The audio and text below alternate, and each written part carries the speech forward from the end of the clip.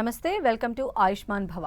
రోజు రోజుకు పెరుగుతున్న వాయు కాలుష్యం మన ఊపిరితిత్తులపై ఎలాంటి ప్రభావాన్ని చూపిస్తుంది? వాయు కాలుష్యం వల్ల ఊపిరితిత్తుల క్యాన్సర్ వచ్చే ప్రమాదం ఉందా? ఊపిరితిత్తుల ఆరోగ్యాన్ని కాపాడుకోవడానికి ఎలాంటి పరీక్షలు చేయించుకోవాలి? వాయు కాలుష్యం లంగ్స్ పై ఎలాంటి ప్రభావాన్ని చూపుతుంది? ఊపిరితిత్తుల క్యాన్సర్ సమస్యలకు పరిష్కారాలు, మార్గాలు తెలియజేసేందుకు, అదేవిధంగా చికిత్సా విధానాలను ఎక్స్ప్లెయిన్ చేసేందుకు మనతో పాటు ఉన్నారు Medicover hospital senior consultant lead inter conventional pulmonologist doctor CA Umesh Varma గారు. మరి వారిని అడిగి మన్ని సలహాలు సూచనలు తెలుసుకుందాం. నమస్కారం డాక్టర్ గారు. సో డెఫినెట్గా ఎయిర్ పొల్యూషన్ అనేది చాలా మేజర్ రోల్ అనమాట. మనం ఇంట్లోంచి బయటికి వచ్చిన తర్వాత కంప్లీట్గా ఆ డస్ట్కి ఎక్స్పోజ్ అవ్వాల్సిందే. అలానే ఇంట్లో కూడా సేఫ్గా ఉన్నాము అని చెప్పేటువంటి పరిస్థితులు కూడా లేవు. సో ఏం చెప్తారు సార్, అంటే ప్రజెంట్ పెరుగుతున్నటువంటి ఎయిర్ పొల్యూషన్ పైన అసలు ఫస్ట్ మనం ఎలాంటి, మన లంగ్స్ పైన ఎలాంటి ఇంపాక్ట్ పడే అవకాశం ఉంటుంది? అంటే మీరు చాలా మటుకు ఊపిరితిత్తు సమస్యలు తీసుకుంటే, అంటే అలర్జీ ప్రాబ్లమ్స్ కానీ, సైనోసైటిస్ కానీ, ఆస్తమా, సిఓపిడి కానీ, ఇవన్నీ కారణాలు తీసుకుంటే 50% వచ్చేసి ఎయిర్ పొల్యూషన్ వల్లే అండి. సో అంత ఇంపాక్ట్ ఉంటుంది ఈ ఎయిర్ పొల్యూషన్ వల్ల అనమాట. చాలా మటుకు లంగ్ ప్రాబ్లమ్స్ అన్నీ కూడా ఎయిర్ పొల్యూషన్ వల్లనే వస్తుంది. సో ఎయిర్ పొల్యూషన్ని మనము ఎయిర్ క్వాలిటీ ఇండెక్స్ ద్వారా మెజర్ చేస్తాము. సో నార్మల్గా ఏంటంటే WHO 50 వరకు యాక్సెప్ట్ అని చెప్పింది. సో ఇండియాలో ఏంటంటే 100 వరకు మనము యాక్సెప్ట్ చేస్తున్నాము. ఎయిర్ క్వాలిటీ ఇండెక్స్ 100 వరకు పెట్టుకుంటే యాక్సెప్ట్ చేస్తున్నాము. సో అయితే మన హైదరాబాద్ వచ్చేసి ఆల్మోస్ట్ 180-200 వరకు టచ్ అవుతుంటుంది. సో అంటే 3 టైమ్స్ ఈ కాలుష్యమైన గాలికి మనం ఎక్స్పోజ్ అవుతూ ఉంటాం అనమాట. సో 3 టైమ్స్ మనం కాలుష్యమైన గాలికి ఎక్స్పోజ్ అవుతుంటే ఊపిరితిత్తు సమస్యలు ఖచ్చితంగా వస్తాయి. సో మీరు అదే ఢిల్లీ తీసుకుంటే కనుక ఇట్ ఈస్ అరౌండ్ 400, అంటే 10 టైమ్స్ మోర్ పొల్యూషన్కి ఎక్స్పోజ్ అవుతారు. ఇప్పుడు మీరు నార్సింగి, కోకాపేట ఏరియాలో కూడా తీసుకుంటే ఇట్ ఈస్ అరౌండ్ 400 అనమాట. అంటే ఎక్కువ కన్స్ట్రక్షన్ యాక్టివిటీ ఇక్కడే జరుగుతుంటుంది. సో డస్ట్ కానీ, పొల్యూషన్ కానీ, ఈ కన్స్ట్రక్షన్ యాక్టివిటీస్ అంతా కూడా నార్సింగి, కోకాపేట ఏరియాలో అయితే 400 వరకు టచ్ అవుతుంది. సో ఇంత లెవెల్లో మనము పొల్యూటెడ్ ఎయిర్ని మనం పీల్చుకుంటే ఖచ్చితంగా ఊపిరితిత్తు సమస్యలు అనేది రాక తప్పదు. అయితే అసలు ఫస్ట్ ఎలాంటి హెచ్చరికలు జారీ చేస్తుందండి? అంటే మనం ఎయిర్ పొల్యూషన్ బారిన పడ్డాము, మన శరీరం వీక్ అవుతుందని, అంటే దీనికి సంబంధించి కూడా మనకి ఏమైనా సైన్స్ ఉంటాయా మన బాడీ? జనరల్గా వేరే డిసీజెస్ ఫస్ట్ వార్నింగ్ సైన్ వచ్చేసి అలర్జీ రూపంలో బయటపడుతుంది. అంటే ఇప్పుడు మనము ఆఫీస్కి వెళ్ళి బైక్స్లో, బస్సెస్లో ఆఫీస్కి వెళ్ళి ఇంటికి వచ్చినప్పుడు విపరీతమైన తుమ్ములు రావడము, అంటే ఐస్ ఇరిటేషన్, కంటి దురదలు రావడము, రెడ్ అవ్వడము, కంటి నుంచి నీరు గారడము, స్కిన్ ర్యాషెస్ రావడము, ఇవన్నీ అలర్జీ లక్షణాలు అనమాట. సో ఇవి ఫస్ట్ సైన్స్గా మనము గుర్తిస్తాము. సో కొందరు ఏంటంటే దీర్ఘకాలికమైన దగ్గు, అంటే 2-3 వారాలైనా కూడా దగ్గు తగ్గకపోవడము, అండ్ ఆయాసము రావడం కూడా జరుగుతుంది అనమాట. అంటే యూజువల్గా మనము గాలి తీసుకోవడం అనేది మనం కాన్షియస్గా ఫీల్ అవ్వము. సో చెస్ట్ టైట్నెస్, అంటే ఎక్స్ట్రా బ్రెత్ తీసుకున్న ఒక ఫీల్ ఉంటుంది అనమాట. సో ఇవన్నీ కూడా early science of air pollution అని చెప్పొచ్చు.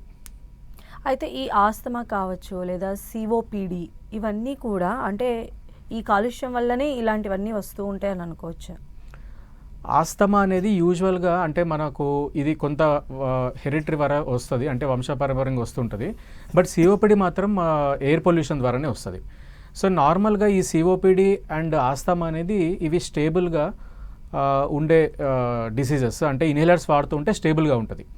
సో ఎప్పుడైతే వీళ్ళు ఎయిర్ పొల్యూషన్కి ఎక్స్పోజ్ అవుతారో అప్పుడు ఇది ట్రిగ్గర్ అయ్యి సివియర్ అవ్వడం జరుగుతుంది అనమాట. సో అంటే ఆస్తమా, సిఓపిడిస్ హాస్పిటల్కి వచ్చి ఈవెన్ ఐసీయూలో అడ్మిట్ అయ్యే అవసరాలు కూడా ఒక్కొక్కసారి జరుగుతుంది. అంటే అంత లెవెల్లో ఈ పొల్యూషన్కి ఎక్స్పోజ్ అయినప్పుడు ఇవన్నీ జరుగుతుంది అనమాట. అంటే అయితే ఎయిర్ పొల్యూషన్కి ఇంత ఎందుకు జరుగుతుంది అంటే, మీరు ఎయిర్ పొల్యూషన్ అంటే దాంట్లో టాక్సిక్ గ్యాసెస్, అంటే వెహికల్స్ నుంచి వచ్చే కార్బన్ డైఆక్సైడ్ అవ్వచ్చు, carbon monoxide, sulphur dioxide, nitric oxide, ozone, ఇవన్నీ కూడా toxic gases. And at the same time అంటే డస్ట్ వల్ల కూడా, అంటే పార్టికులేట్ మ్యాటర్ అని ఉంటుంది. అంటే డస్ట్ మనము పార్టికులేట్ మ్యాటర్ ద్వారా మెజర్ చేస్తాం. 2.5 to 10 మైక్రాన్స్ సైజులో ఉంటుంది, కంటికి కనపడదు అనమాట ఇది. సో ఈ టాక్సిక్ గ్యాసెస్, ఈ పార్టికులేట్ మ్యాటర్ 2.5-10 మైక్రాన్స్ మనం గాలి పీల్చుకుంటూ ఉంటే ఖచ్చితంగా ఈ ఆస్తమా, సిఓపిడి ప్రాబ్లమ్స్ అన్నీ కూడా ఫ్లేరప్ అయిపోయి హాస్పిటల్లో అడ్మిట్ అవ్వడం అనేది చూస్తూ ఉంటాం. అలానే డాక్టర్ గారు, అంటే ఈ పొల్యూషన్ బారిన ఎక్కువ చిన్న పిల్లలు, వృద్ధులే ఎఫెక్ట్ అవుతూ ఉన్నారనిపిస్తోంది. సో మీరేమంటారు దీనికి సంబంధించి? అంటే చిన్నపిల్లలు ఏమో జరుగుతుందంటే మామూలుగా ఊపిరితిత్తులు అనేది 8 సంవత్సరాల వరకు డెవలప్ అవుతూ ఉంటుందండి వీళ్ళకి. సో ఆ టైంలో వీళ్ళు ఈ పొల్యూషన్కి అంటే వాళ్ళు బస్సెస్లో ట్రావెల్ చేస్తుంటారు అండ్ బైక్స్లో కూడా స్కూల్స్కి పోవడం అనేది మనం చూస్తాం, ఆటోస్లో బస్సెస్లో పోతూ ఉంటారు. సో వీళ్ళు ఈ పొల్యూషన్కి ఎక్స్పోజ్ అయినప్పుడు సో వీళ్ళకి అలర్జీ ప్రాబ్లమ్స్, బ్రాంకెలైటిస్, ఇంకా పిల్లి కుతలు రావడము, ఇన్ఫెక్షన్స్ తరచుగా రావడము సో పిల్లల్లో చూస్తాం. ఎందుకంటే వీళ్ళకి ఏంటంటే 8 సంవత్సరాల వరకు డెవలప్ అవుతూ ఉంటుంది అన్నమాట లంగ్స్ అనేది. అదే మీరు వృద్ధుల్లో తీసుకుంటే అంటే ఎల్డర్లీ పీపుల్లో తీసుకుంటే వీళ్ళకు 55 ఇయర్స్ తర్వాత వీళ్ళకి ఇమ్యూనిటీ అనేది తగ్గడం జరుగుతుంది. ఈవెన్ బీపీ, షుగర్లు ఇవన్నీ కూడా దీనివల్ల ఇమ్యూనిటీ అనేది తగ్గడం జరుగుతుంది. సో వీళ్ళు చాలా సెన్సిటివ్ ఉంటారనమాట. ఎప్పుడైతే డస్ట్ తగలంగానే సివియర్ అలర్జీ ప్రాబ్లమ్స్ రావడము, ఈవెన్ ఇన్ఫెక్షన్స్, నిమోనియాస్ కూడా మనము ఈ పెద్దవాళ్ళలోనే చూస్తాం అనమాట. సో వీళ్ళకి యూజువల్ చిన్నపిల్లలు ఏంటంటే వ్యాక్సిన్స్ ఉన్నాయి, ఎస్పెషలీ 12 ఇయర్స్ వరకు మన పిల్లలకి వ్యాక్సిన్స్ చాలా స్ట్రాంగ్ ఇమ్యునేషన్ ప్రోగ్రామ్స్ ఉన్నాయి. సో వీళ్ళు వ్యాక్సిన్స్ తీసుకుంటుండడం అనేది చాలా ఇంపార్టెంట్. ఈవెన్ పెద్దవాళ్ళలో కూడా flu vaccines and pneumonia vaccines available ఉన్నాయి. సో ఇవి తీసుకుంటే కొంతవరకు డెఫినెట్గా ప్రివెంట్ చేయొచ్చు. ఓకే, అంటే దీనికి ఏమైనా ఏజ్ ఫ్యాక్టర్ ఉంటుందంటారా? అంటే ఏజ్ పైబడిన 55 ఇయర్స్ పైబడిన వాళ్ళకి ఫ్లూ వ్యాక్సిన్స్, నిమోనియా వ్యాక్సిన్స్ ఉన్నాయి, అడల్ట్ వ్యాక్సినేషన్స్ అని ఉంటుంది. ఒక 2-3 రకాల వ్యాక్సిన్స్ అనేది ఇవ్వడం అనేది కామన్గా మేము ప్రాక్టీస్ చేస్తాము. ఓకే, అయితే ఇప్పుడు బయట సరౌండింగ్స్ ఎయిర్ పొల్యూషన్ గురించి మాట్లాడుకుంటున్నాం, కానీ ఇంట్లో కూడా ఎయిర్ పొల్యూషన్ ఉంటుంది. దానికి సంబంధించి ఏం చెప్తారు సార్? అంటే ఇంట్లో కూడా సేఫ్గా లేమా? అంటే నార్మల్గా మన house should be pollution free, that is very important. అంటే ఇంటికి వచ్చిన తర్వాత అట్లీస్ట్ ఎక్కడైనా పొల్యూషన్ ఫ్రీగా ఉండాలి. కాకపోతే ఏంటంటే మనము ఈ కొత్త లైఫ్ స్టైల్ చేంజెస్ తోటి ఏసీ అనేది కామన్ యూసేజ్ అయిపోయింది అది. సో ఏసీ ద్వారా ఎట్లా పొల్యూషన్ ఇంట్లో పెరుగుతుందంటే ఈ బయట అవుట్డోర్ యూనిట్స్ దగ్గర చాలా వరకు ఈ పీజియన్స్, డస్ట్, పొల్యూషన్ ఇవంతా అక్కడి నుంచి ఈ గాలి ఇంట్లోకి ఎంటర్ కావడము. సో దీని ద్వారా మనం ఎప్పుడైతే ఈ ఏసీ దానికి ఎక్స్పోజ్ అయినప్పుడు అంటే ప్రాపర్గా క్లీనింగ్ చేయకుండా ఏసీస్ వాడుతుంటారు అనమాట. సో వీళ్ళు గాలి పీల్చుకున్నప్పుడు ఈ ఏసీ గాలి పీల్చుకున్నప్పుడు సివియర్ అలర్జిక్ ప్రాబ్లమ్స్, ఆస్తమా పెరగడము, ఇన్ఫెక్షన్స్ రావడము and even severe lung disease, ఒక ఐఎల్డి అనే ఒక సివియర్ లంగ్ డిసీజ్ కూడా వచ్చే అవకాశం ఉంటుంది అనమాట. సో ఏసీస్ ఒకటి. అండ్ రెండోది ఏంటంటే బ్లాంకెట్స్ అండ్ కార్పెట్స్. సో వీళ్ళు చాలా రోజుల తరబడి మార్చుకోకుండా అట్లాగనే వాడుతూ ఉంటారు. సో దీంట్లో డస్ట్ మైట్ ఉండి ఈ అలర్జీ ప్రాబ్లమ్స్ అనేది ఇంక్రీజ్ చేస్తుంది. సో ఈ బ్లాంకెట్స్ అండ్ ఇవన్నీ కూడా 3 days వన్స్ మనం మార్చుకుంటూ ఉండడము. అండ్ థర్డ్ థింగ్ ఏంటంటే ఈ mosquito coils, dhoop sticks and అగరబత్తీస్ ఉంటాయి కదా, దీని ద్వారా చాలా పొగ అంటే చాలా స్ట్రాంగ్ స్మెల్స్ ఉంటాయి అన్నమాట. సో దీని ద్వారా కూడా అలర్జీ ప్రాబ్లమ్స్, ఆస్తమా అనేది ఇంక్రీజ్ కావడం జరుగుతుంది. అండ్ ఈవెన్ పెట్స్ కూడా ఇంట్లో మనము పెట్స్ అనేది చాలా వరకు ఇంట్లో వదిలేస్తాము. క్యాట్స్ కానీ డాగ్స్ కానీ ఈ ఫర్ అంతా కూడా ఇంట్లో కలెక్ట్ అయిపోయి దీని ద్వారా ప్రాబ్లమ్స్ వచ్చే అవకాశాలు ఉంటుంది. అండ్ ఇంకోటి ఏంటంటే చాలా మటుకు ఎవరు పట్టించుకునే విషయాలు ఏంటంటే ఓల్డ్ హౌజెస్లో ఈ తడిబట్టిన గోడలు ఉంటాయి. సో దీంట్లో ఫంగస్ గ్రో అయ్యి ఆ ఫంగల్ అలర్జెన్స్ ఎప్పుడైతే మనం పీల్చుకుంటామో దాని ద్వారా సివియర్ లంగ్ ప్రాబ్లమ్స్ వచ్చే అవకాశాలు ఉంటాయి, ఇంటర్స్టిషియల్ లంగ్ డిసీజెస్ ఇవన్నీ. సో ఇన్ని కారణాలు ఉంటాయి ఇంట్లో కూడా మనకు పొల్యూషన్ ఇంక్రీజ్ చేసే కారణాలు. సో అయితే బయట పొల్యూషన్ అయితే మనం ఖచ్చితంగా కంట్రోల్ చేయలేం, కానీ ఈ ఇంట్లో కారణాలు మాత్రము 100% మన చేతిలోనే ఉంది. సో ఏసీస్ ఫిల్టర్స్ క్లీన్ చేయడము, క్లీన్ సిస్టమ్ మెయింటైన్ చేయడము, పెట్స్ ఇంట్లో అలౌ చేయకపోవడము. సో ఇవన్నీ మెయింటైన్ చేసుకుంటే ఇంట్లో it can be pollution free. And చాలామంది కూడా అంటే ఇంట్లో మొత్తం డస్టింగ్ అవి చేయించినప్పుడు కూడా వాళ్ళకి పడదు కదండి. సో బికాస్ ఆఫ్ ఇలాంటి ఎలర్జిక్ కండిషన్స్ వల్లే అనుకోవచ్చు. డెఫినెట్లీ డస్ట్ మైట్ వల్ల ఏంటంటే చాలా హ్యూజ్ క్వాంటిటీస్లో ఎప్పుడైతే డస్ట్ మైట్ మనం పీల్చుకోవడం జరిగిందనుకోండి, సివియర్ అలర్జీ ప్రాబ్లమ్స్, ఇన్ఫెక్షన్స్తో చాలామంది ఇట్లా డస్టింగ్ చేసిన తర్వాతనే క్లినిక్ వస్తూ ఉంటారు, అంటే హాస్పిటల్కి వస్తూ ఉంటారు, సివియర్ ప్రాబ్లమ్స్ తోటి వస్తూ ఉంటారు అనమాట. సో అందుకనే మాస్క్ పెట్టుకొని ఈవెన్ కంటి ద్వారా కూడా ఎంటర్ అయ్యే అవకాశాలు ఉంటుంది అనమాట. కాబట్టి గ్లాసెస్, మాస్క్ పెట్టుకొని డస్టింగ్ చేయడం అనేది చాలా చాలా ఇంపార్టెంట్. అలానే బయట వెహికల్స్ నుంచి వచ్చే పొగ కావచ్చు, ఇలా దుమ్ము కన్స్ట్రక్షన్ సైట్లో వర్క్ చేసే టైంలో కూడా అంటే బాగా దుమ్ము వస్తూ ఉంటుంది. ఈవెన్ మనం రోడ్డు పైన వెళ్ళినప్పుడు కూడా వాటిని మనం అవాయిడ్ చేయలేని సిచ్యువేషన్ ఉంటుంది కదా. సో అంటే వీటి ప్రభావం ఇవి చాలా హెవీగా ఉంటాయి. సో వీటి ప్రభావం లంగ్స్ పైన ఎలాంటి ఇంపాక్ట్ చూపిస్తుంది అంటారు? అంటే ఫర్ ఎ లాంగ్ టైమ్ దీని ఇంపాక్ట్ ఉంటుందా, లేదా ఈ మధ్య కాలంలో అయితే ఇమ్మీడియట్గానే ఇంపాక్ట్ అనేది కనిపిస్తోందా?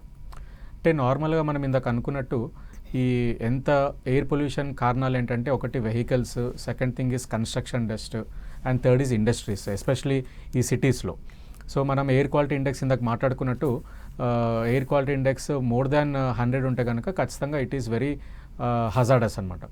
అండ్ ఇంకోటి అంటే పార్టికులేట్ మ్యాటర్ కూడా ఈ 2.5 to 10 మైక్రాన్స్ ఈ టాక్సిక్ గ్యాసెస్, ఈ చిన్న డస్ట్ పార్టికల్స్ మనం పీల్చుకుంటూ ఉండేటప్పటికి సో ఎట్లా స్టార్ట్ అవుతుందంటే మొదట అలర్జీ ప్రాబ్లమ్స్తో స్టార్ట్ అవుతుంది అనమాట. తర్వాత నెమ్మదిగా ఆస్తమా అండ్ సిఓపిడి ప్రాబ్లమ్స్ తోటి మనం నెమ్మదిగా it will lead to asthma and COPD. అంటే పార్టికల్స్ లోపలికి వెళ్ళి లంగ్స్ని డ్యామేజ్ చేయడం జరుగుతుంది. ఈ సిఓపిడి ప్రాబ్లం వచ్చిందనుకోండి, ఇట్ ఈస్ ఇర్రివర్సబుల్. అంటే ఒకసారి వచ్చిన తర్వాత ఈ ప్రాబ్లం పెరుగుతూనే పోతుంది, కానీ ఇది కంట్రోల్ అవ్వడం అనేది జరగదన్నమాట. కాబట్టి సిఓపిడి ఒకసారి వచ్చిన తర్వాత it is very difficult to control.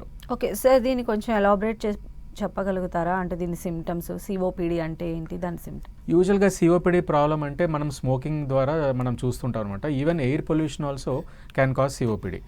ఈ సిఓపిడి ఏంటంటే ఇప్పుడు మనము ఈ డస్ట్ అలర్జెన్స్ అంతా కూడా బయట పొల్యూషన్ పార్టికల్స్ అంతా కూడా మనం గాలి తీసుకుంటూ ఉండడం వల్ల అది లోపలికి వెళ్ళి ఆల్మోస్ట్ ఊపిరితిత్తులో కింద వరకు వెళ్ళిపోయి అక్కడ డ్యామేజ్ చేయడం జరుగుతుంది. అండ్ ఈవెన్ బ్లడ్లో కూడా కలిసిపోయి ఈ ఊపిరితిత్తులను డ్యామేజ్ చేయడం అనేది జరుగుతుంది. సో ఒకసారి సిఓపిడి వచ్చిన తర్వాత వీళ్ళకు ఇంకా క్రానిక్గా పిలిగుతలు రావడము, ఆయాసం రావడము, ఇన్ఫెక్షన్స్ రావడము అండ్ ఇన్హేలర్స్ మీద డిపెండ్ అయిపోతారు వీళ్ళు.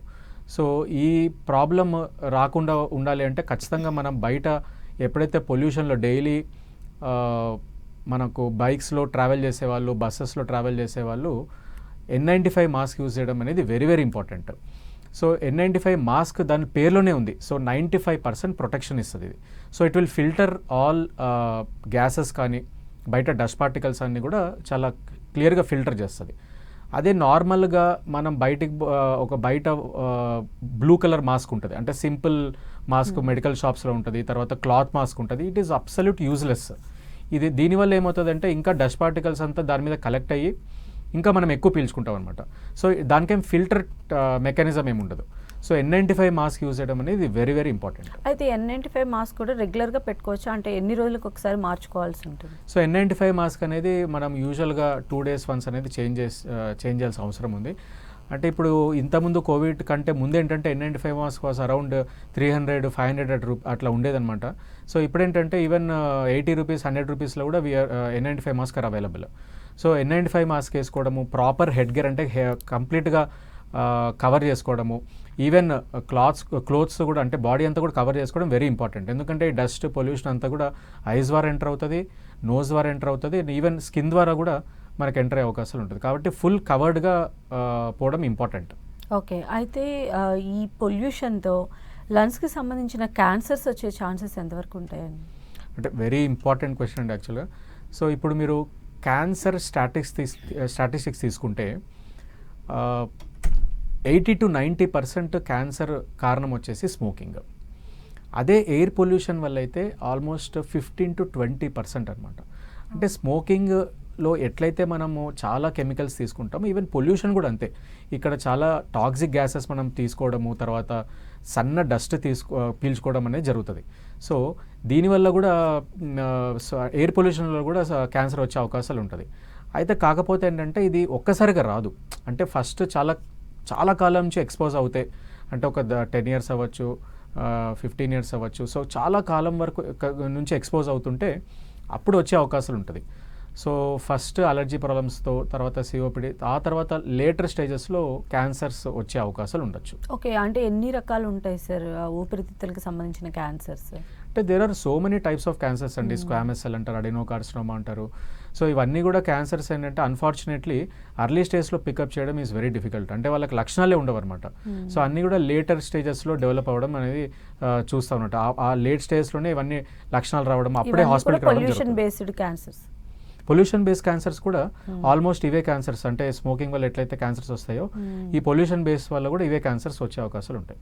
ఓకే, అయితే డెఫినెట్గా కూడా మెట్రోపాలిటన్ సిటీస్ అన్నిట్లో కూడా ఈ కాలుష్యాన్ని మనం అవాయిడ్ చేయలేము. మనం చూస్తూ ఉన్నాము ఢిల్లీలో ఎలాంటి సిచ్యువేషన్స్ ఉన్నాయో, సేమ్ హైదరాబాద్లో కూడా మనం లెక్క పెట్టట్లేదు కానీ సేమ్ అంతే ఏక్యూ లెవెల్స్ ఉన్నాయని అంటూ ఉన్నారు. సో మరి ఇక్కడ సిటీస్లో నివసించేటువంటి ప్రజలు ఎవరైతే ఉంటారో, బయట తిరిగేటువంటి వాహనదారులకు మీరు ఎలాంటి సజెషన్స్ ఇస్తారు సార్? అంటే only one and only preventable is mask అండి. సో ఖచ్చితంగా N95 మాస్క్ అనేది ఖచ్చితంగా వాడాలి. అండ్ సెకండ్ థింగ్ ఏంటంటే రెసిడెన్షియల్ ఏరియాస్ ఎక్కడైతే మనం సెలెక్ట్ చేసుకున్న ప్లేసెస్ చుట్టుపక్కల ఏమైనా ఇండస్ట్రీస్ ఉన్నాయా, ఆ తర్వాత ఏమైనా పెద్ద ఫీల్డ్స్ ఏమైనా ఉన్నాయి, ఎందుకంటే ఫీల్డ్స్ ద్వారా వచ్చే డస్ట్ పార్టికల్స్ కూడా చాలా ఉంటుంది. సో వీళ్ళు ఏం చేస్తారంటే ఫీల్డ్స్లో ఈ డ్రై అయిపోయినవన్నీ కూడా కాల్ చేస్తారన్నమాట. సో దాని నుంచి వచ్చే పొగ సో చాలా ప్రాబ్లమ్స్ క్రియేట్ చేస్తుంది. ఈవెన్ టైర్స్ కూడా దీన్ని బర్న్ చేస్తారన్నమాట, టైర్స్, ప్లాస్టిక్స్ ఇవన్నీ కూడా.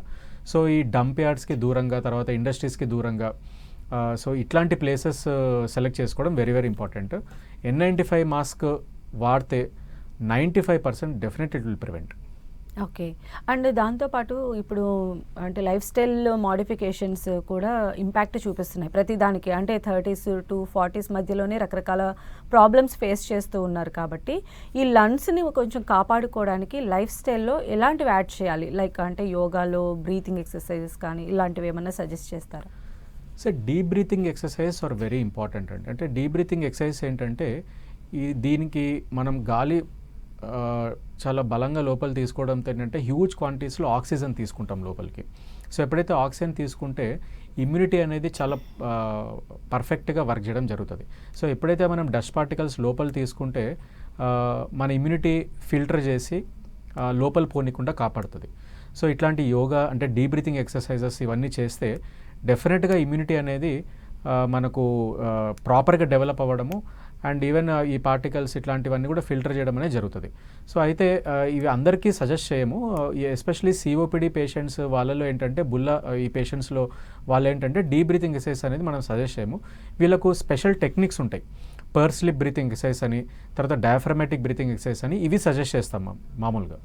ఓకే, అయితే మనం చూసినట్లయితే ఈ ఎయిర్ పొల్యూషన్ వల్ల డ్యామేజ్ అయినటువంటి ఊపిరితిత్తులు ఉన్నాయి. ఇప్పుడు మీ దగ్గరికి వచ్చారనుకోండి, డ్యామేజ్ అయ్యాయని మీరు సమ్ మెడికేషన్ ఇస్తారు.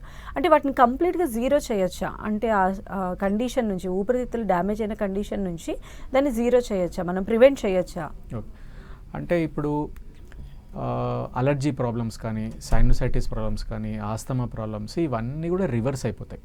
అంటే ఒకసారి మెడికేషన్స్ వాడితే నార్మల్ అయిపోయే అవకాశాలు కూడా ఉంటుంది. అంటే మళ్ళీ ఎప్పుడైనా ట్రిగ్గర్స్ తగిలితే పెరుగుతుంది అంతే. సో కంప్లీట్గా కంట్రోల్ చేసేయచ్చు. బట్ ఎప్పుడైతే COPD ప్రాబ్లమ్స్ కానీ, తర్వాత ఇంటర్స్టిషియల్ లంగ్ డిసీజ్ అంటారు, ఈ ప్రాబ్లమ్స్ వస్తే కనుక ఇవి యూజువల్గా రివర్స్ అవ్వవు, ఇవి ఇంకా పెరుగుతూనే ఉంటుంది అనమాట. సో ఇవి ఈ రెండింటి COPDని, ILDని మాత్రం కంప్లీట్గా కంట్రోల్ చేసేయచ్చు, ఇన్హేలర్స్ తోటి, మెడికేషన్స్తో కంట్రోల్ చేయొచ్చు. కానీ మళ్ళీ లంగ్స్ అనేవి నార్మల్ అవ్వడం అనేది యూజువల్గా జరగదు COPD అండ్ ఇంటర్స్టిషియల్ లంగ్ డిసీజెస్లో. ఓకే, అయితే వీళ్ళకి అంటే మళ్ళీ జీరో చేయొచ్చు అని మీరు చెప్తూ ఉన్నారు. అంటే బిఫోర్ వచ్చేటువంటి వ్యాధి ఏమై ఉంటుంది? అంటే డెఫినెట్గా కూడా లంగ్స్ అనేవి ఇంపాక్ట్ అయ్యాయనే మనకి ఫస్ట్ కనిపిస్తుంది అంటారా? ఎలాంటి టెస్ట్లు బిఫోర్ చేయించుకోవాలి ఈ డౌట్ ఉన్న వాళ్ళు? ఎస్, అంటే ఇప్పుడు మనం హాస్పిటల్కి వెళ్ళినప్పుడు ప్యాకేజెస్ అనేది యూజువల్గా వాళ్ళు ఆఫర్ చేస్తుంటారు. సో దీంట్లో పల్మనాలజీ హెల్త్ ప్యాకేజెస్ అని ఉంటుంది. సో ఇవి మనం చేయించుకుంటే ఖచ్చితంగా పికప్ చేసేయచ్చు. అంటే దీంట్లో ఎక్స్రేస్, చెస్ట్ ఎక్స్రే ఉంటుంది, తర్వాత బ్రెత్ టెస్ట్ ఉంటుంది, PFT స్పైరోమెట్రీ అంటారు, అలర్జీ టెస్ట్ అంటారు, తర్వాత ఈ 6 minute వాక్ టెస్ట్ అని సింపుల్ టెస్ట్ అనమాట ఇవన్నీ. సో ఈ ప్యాకేజెస్ తీసుకుంటే దీంట్లో క్లియర్గా మనము ఐడెంటిఫై చేసేయచ్చు. అంటే అర్లీ స్టేజెస్లో వీళ్ళకి ఏమైనా అలర్జీ ప్రాబ్లమ్స్ ఉన్నాయా, ఆస్తమా ఏమైనా ఉందా, ఊపిరితిత్తుల సమస్యలు ఏమైనా ఉన్నాయని చాలా అర్లీ స్టేజ్లోనే పికప్ చేసేయచ్చు. సో ఇవి చేయించుకోవడం చాలా ఇంపార్టెంట్. పల్మనాలజీ హెల్త్ ప్యాకేజెస్ తీసుకొని చేయించుకోవడం ఇంపార్టెంట్. అంటే ఇయర్లీ ఎలా చేయించుకోవచ్చు సార్? అంటే డెఫినెట్గా ఇయర్లీ ఒకసారి చేయించుకోవడం వెరీ ఇంపార్టెంట్. ఏ హెల్త్ ప్యాకేజ్ అన్నా కూడా ఇయర్లీ వన్స్ ఈజ్ ఇనఫ్ యూజువల్గా. సో ఏ హాస్పిటల్ అయినా ఇట్ ఈస్ అవైలబుల్ అండి, pulmonology health package will be available. Okay, అంటే ఏజ్ ఈ సర్టెన్ ఏజ్ వాళ్ళు ఇంత ఫ్రీక్వెంట్గా చేయించుకోవాలి, లేదా డయాబెటీస్ కానీ BP ఉన్న వాళ్ళు ఇంత చేయించుకోవాలి, అలా ఏమైనా సజెస్ట్ చేస్తారా? అంటే మామూలుగా అయితే మేమైతే ఇయర్లీ వన్స్ అని చెప్తాము. ఎప్పుడైతే ఈ asthma, COPD problems, ILD problems ఉంటాయి కదా, వీళ్ళకి మాత్రం ఒకసారి 3 months ఒకసారి, 6 monthsకి ఒకసారి చేస్తుంటామంట. ఎందుకంటే ఇవి ఫాస్ట్గా ప్రోగ్రెస్ అవుతుంటాయి. ఈ సిఓపిడి, ఐఎల్డి ప్రాబ్లమ్స్ అని చెప్పాను కదా, ఇవి చాలా ఫాస్ట్గా ప్రోగ్రెస్ అవుతాయి కాబట్టి 3 months వన్స్, 6 months వన్స్ కూడా ఒకసారి చేపిస్తుంటాం అనమాట ఈ ప్రాబ్లమ్స్కి. నార్మల్గా అయితే ఒక నార్మల్ ఇండివిజువల్కి అయితే మాత్రం ఇయర్లీ వన్స్ చేస్తే సరిపోతుంది. ఓకే, అంటే ఇందులో కూడా స్టేజెస్ వైజ్గా ఉంటాయా సార్? సిఓపిడి అంటే స్టార్టింగ్ ఏంటంటే సింపుల్గా దగ్గు, క్రానిక్ కాఫ్ తోటి రావడం, మార్నింగ్ లేవంగానే స్ఫుటం పడడము, తర్వాత పిల్లికూతలు రావడం, వీజింగ్ రావడం, కొంత దూరం నడుస్తూ ఆయాసం రావడము, ఇట్లా స్టార్ట్ అవుతుంది అనమాట. సో ఇది మనం అట్లాగే వదిలేసేస్తే స్లోగా లంగ్స్ అంతా కూడా కింద గాలి, ఊపిరితిత్తులు అంతా కూడా డ్యామేజ్ చేసేసి తర్వాత ఏమవుతుందంటే కొంత దూరం నడవంగానే ఆయాసం రావడం స్టార్ట్ అవుతుంది అనమాట. సో ఒకప్పుడు చాలా దూరం అంటే వాకింగ్, మెట్లెక్కినప్పుడు వచ్చే ఆయాసము కూర్చుంటే వచ్చే అవకాశాలు ఉంటుందన్నమాట. సో కాబట్టి అర్లీ స్టేజ్లోనే పికప్ చేస్తేనే మనం ట్రీట్మెంట్ చేస్తే ఆల్వేస్ మైల్డ్ స్టేజ్లోనే మనం పెట్టచ్చు. సో మోడరేట్, సివియర్ అయిపోయిన తర్వాత ట్రీట్ చేసినా కూడా ఇది ప్రోగ్రెస్ అవుతూ ఉంటుంది అనమాట. అయితే ఈ సిఓపిడి కావచ్చు లేదా ఆస్తమా ఉన్నటువంటి వాళ్ళు, ఇప్పుడు కామన్గా ఉన్న వాళ్ళు మాస్క్ పెట్టుకుంటే సరిపోతుంది అంటున్నారు, కొంచెం ప్రివెన్షన్ ఉంటుందన్నారు. ఒకవేళ ఈ ప్రాబ్లమ్స్తో సఫర్ అవుతున్న వాళ్ళు ఇదే పొల్యూషన్లో తిరిగేటట్లయితే వాళ్ళు ఇంకా ఎలాంటి అడిషనల్ జాగ్రత్తలు తీసుకోవాలి? అంటే మెయిన్ థింగ్ ఏంటంటే ఎయిర్ పొల్యూషన్ని మనం ప్రివెంట్ చేసేది ఒకటి బయటికి వెళ్ళేటప్పుడు N95 మాస్క్ యూజ్ చేయడం ఒకటి, and second is breathing exercise also is very very important, and third thing is diet అండి. సో డైట్ కూడా ఏంటంటే మనము ఇప్పుడు మీరు ఆస్తమా, ఈ సిఓపిడి, అలర్జీ ప్రాబ్లమ్స్ అన్నీ తీసుకుంటే ఇవన్నీ కూడా ఇన్ఫ్లమేటరీ ప్రాబ్లమ్స్ అనమాట. సో మనము యాంటీ ఇన్ఫ్లమేటరీ ఫుడ్స్ తీసుకోవడం ఈజ్ వెరీ ఇంపార్టెంట్. అంటే యాంటీ ఆక్సిడెంట్స్ అంటే vegetables, fruits, omega-3 fatty acids. So ఈ ఫుడ్స్ తీసుకోవడం is very important, anti oxidant foods. Inflammatory foods అంటే బయట మీరు రోడ్ సైడ్ ఫుడ్స్ కానీ రెస్టారెంట్స్లో వీలంటే ఫుడ్ కలర్స్ వాడతారు, తర్వాత ఫుడ్ అడిటివ్స్ వాడతారు. సో ఇవన్నీ కూడా ఇన్ఫ్లమేషన్ అనేది పెంచుతుంది అన్నమాట. సో ఈ బయట ఫుడ్స్ అనేది ఖచ్చితంగా అవాయిడ్ చేయాలి. So home made foods, vegetables, fruits, omega-3 fatty acids అంటే నట్స్ కానీ ఫిష్ కానీ ఇటువంటివి తీసుకుంటే it will definitely help us. And ఇంకొకటి ఏంటంటే ఈ కోవిడ్ టైంలో చాలామంది కోవిడ్ సర్వైవర్స్లో కొందరిలో ఎక్స్పెరిమెంట్ చేస్తే ఎందుకు వీళ్ళు కోవిడ్ సర్వైవర్స్ అంటే బయటపడినారు, కొందరు ఎందుకు చనిపోయారు అనే స్టడీ చేస్తే ఈ కోవిడ్ సర్వైవర్స్లో కనుక్కున్న విషయం ఏంటంటే zinc, vitamin D and selenium వీళ్ళలో మంచి క్వాంటిటీస్లో ఉన్నాయి. సో ఎవరైతే కోవిడ్ సర్వే కానీ చనిపోయిన వాళ్ళలో ఇవన్నీ కూడా చాలా తక్కువ ఉన్నాయి అనమాట. So zinc, selenium and vitamin D ఇవి మనం చెక్ చేసుకుంటూ సప్లిమెంట్స్ తీసుకోవడము వెరీ వెరీ ఇంపార్టెంట్. సో ఇవన్నీ ఇమ్యూనిటీ మీద చాలా ఇంపాక్ట్ ఉంటుంది అనమాట. Zinc, selenium and vitamin D, తర్వాత మల్టీవిటమిన్స్ ఇవన్నీ కూడా. సో ఇవన్నీ చెక్ చేసుకొని సప్లిమెంట్స్ తీసుకోవడం వెరీ వెరీ ఇంపార్టెంట్. అదే అంటే డే టు డే లైఫ్లో డెఫినెట్గా మీరు చెప్పినట్లు అన్ని వెజిటేబుల్స్, అన్ని నట్స్ అన్నీ మనము లంచ్లో, డిన్నర్లో క్యారీ ఫార్వర్డ్ చేసే పరిస్థితి లేవు కాబట్టి ఇలా మీరు చెప్పినట్లు సప్లిమెంట్స్ యూస్ చేయడం బెస్ట్ చాయిస్ అంటారా మరి? అంటే డెఫినెట్గా ఇప్పుడు మనకు న్యూట్రియంట్స్ అంటే ఫుడ్లో ఉన్న ఫుడ్ ద్వారా వచ్చే సప్లిమెంట్స్ మాత్రము ఎక్కువ క్వాంటిటీస్లో ఉంటుందండి. అంటే ఇప్పుడు మనం ట్యాబ్లెట్ ఫామ్స్లో ఏంటంటే చాలా కాలం ఇవ్వాల్సి వస్తుంది. అంటే ఇప్పుడు 2 months, 3 months, 6 months వరకు కూడా ఇస్తుంటాం అనమాట. సో అదే డైట్లో డైలీ రెగ్యులర్గా మనం ఇవన్నీ సప్లిమెంట్స్, ఈ డైట్స్ ఇవన్నీ కూడా ఇంక్లూడ్ చేసుకుంటే కనుక అనవసరంగా ఖర్చు పెట్టాల్సిన అవసరం ఉండదు. ఎందుకంటే ఫుడ్ ద్వారానే మనకు చాలా న్యూట్రియంట్స్ వస్తాయి. సో ఫైనల్గా అంటే ఈ ఎయిర్ పొల్యూషన్ బారిన పడకుండా ఉండేందుకు మన వ్యూవర్స్కి ఎలాంటి సజెషన్స్ ఇస్తారు సార్? ఫైనల్ మెడికవర్ ఎలాంటి సేవలు అందిస్తుంది దీనికి సంబంధించి? అంటే మనము నిమిషానికి ఆల్మోస్ట్ 14 times బ్రెత్ తీసుకుంటాము. సో అట్లాగా రోజుకి మనం క్యాలిక్యులేట్ చేస్తే 22,000 times మనము గాలి తీసుకుంటుంటాం అనమాట. అంటే అంత హ్యూజ్ క్వాంటిటీస్లో మనం గాలి తీసుకోవడం అనేది జరుగుతుంది. So you have to be very very careful. ఎంత పొల్యూటెడ్ ఎయిర్ తీసుకుంటున్నామో అనేది చాలా ఇంపార్టెంట్ అది. సో అర్బన్ పాపులేషన్లో 3 times అవ్వచ్చు, 5 times అవ్వచ్చు, 10 times అవ్వచ్చు. సో దీన్ని మనము ఖచ్చితంగా ప్రివెంట్ చేయాల్సింది N95 మాస్క్ వాడుతూ. అంటే బయట బైక్లో పోయేవాళ్ళు, బస్సులో పోయేవాళ్ళు, ఈ ఆటోస్లో పోయే వాళ్ళందరూ కూడా N95 మాస్క్ యూజ్ చేయడం is very very important. And diet also is very important. ఇందాక చెప్పినట్లు ఆ డైట్ అంతా ఫాలో అవ్వడము, బ్రీతింగ్ ఎక్సర్సైజ్ చేయడము. అండ్ ఇంకోటి అంటే వ్యాక్సినేషన్స్ కూడా ఖచ్చితంగా అడల్ట్స్కి vaccinations flu and pneumonia vaccines అనేది ఇస్తారు. సో వీళ్ళలో ఇన్ఫెక్షన్స్ రాకుండా ప్రివెంట్ చేసేది మాత్రం వ్యాక్సిన్స్. సో ఈ జాగ్రత్తలు తీసుకుంటే ఖచ్చితంగా మన ఊపిరితిత్తులని మనం కాపాడుకోవచ్చు. Right, thank you so much doctor గారు. Thank you. ఇది వాళ్ళ ఆయుష్మాన్ భవ. చూస్తూనే ఉండండి 10 TV.